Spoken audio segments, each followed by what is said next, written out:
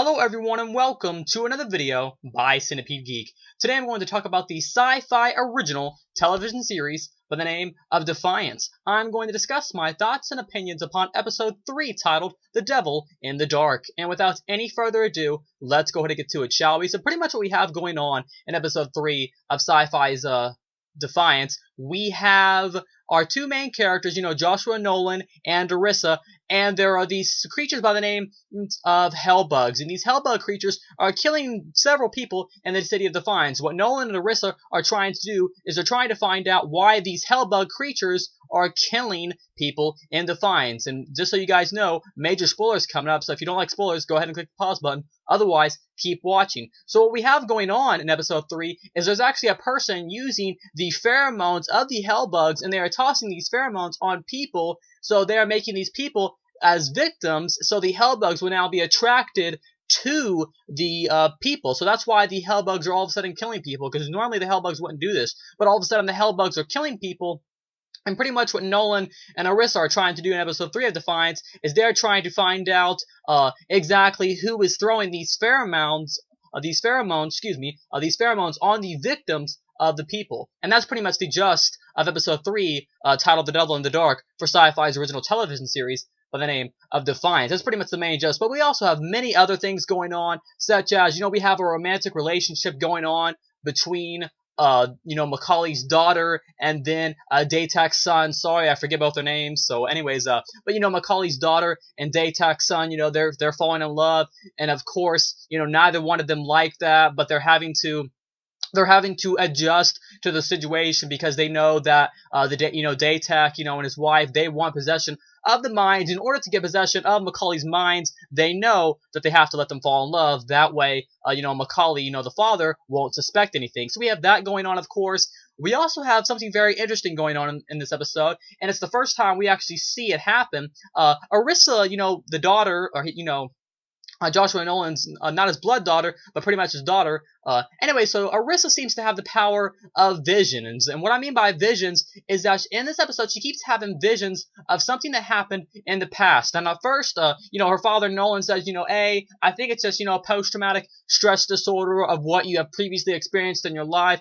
Nothing to worry about. But as this episode and as the series progresses, we find out that it's not a curse or anything like that. It's actually a gift given to her by I believe the alien race is called the Irathian gods, and the gods have given her this sort of thing called the touch, and they have touched her in a way where they allow her to see things that other people cannot see. And in this episode, they undergo I believe they're called the Spirit Riders. The Spirit Riders come in, they're the Irathian gang. The Spirit Riders, which are Irathians, come in and they undergo this sort of ritual. And in this ritual, it allows Arissa to see things that she wasn't previously able to see in her visions, because she was having these visions, but she couldn't see them clearly. So when they undergo this ritual, it allows her to see her visions more clearly, and in the end, it ends up leading to the person that is actually using the hellbugs as a weapon. And this girl was then actually an Irathian that was actually using these, excuse me if I pronounced the alien race wrong. But anyways, so back to what I was saying. So this actually leads them to the Irathian girl that was actually committing the crimes herself. And the reason she was doing this is because the whole basis of the series, there's this age-old conflict going on between the Irathians and the humans. And this Irathian girl, it seems that, some people of hers were, I believe her parents or something like that, was killed by humans. So now she wants, a sort of revenge or vengeance of some kind. So she believes that she had to, kill the entire city of Defiance. But of course, that didn't happen. And now this Irathian girl is now sent to jail because of it. And we learn in this episode also that I forget the guy's name, but the main Spirit Rider, the main Irathian Spirit Rider, that girl that was doing the hellbug killings was actually his daughter. So that's pretty much the main gist in this episode. I really liked how things connected. I really liked that, because, I saw the promo in the last episode, episode 2, titled Down the Ground Where the Dead Men Go. I really enjoyed that episode also. But in that episode, the promo afterwards for episode 3 titled The Devil in the Dark, we saw a little hint of visions, but we didn't exactly know what we were seeing, because it was just a promo. You can't tell what's going on from a promo. So it was really cool to see the visions in their full entirety and just in their whole selves. And I just really enjoyed those visions and just everything about them. That was really cool seeing the visions of Irissa's past, connect with the actual events going on now. So that was really cool.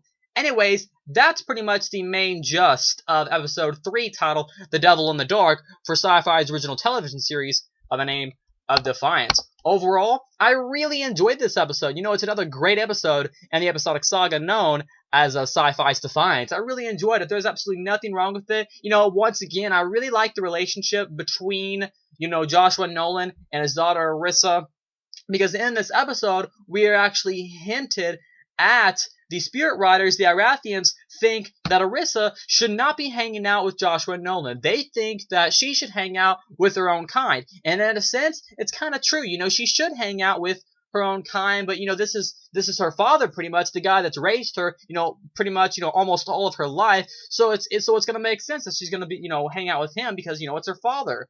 And so, but we have these Spirit Riders, the Irathians are trying to convince her that she should actually hang out with them, that she should be affiliated with her kind and not hang out with Nolan. And you can already see that Joshua Nolan, it kind of seems that he does not like her hanging out with the Irathians. I don't think he has anything, personally against them, but he thinks that she'll be safer, overall, or safer in the end if she hangs out with him. So we have that going on. I really liked that conflict that was going on.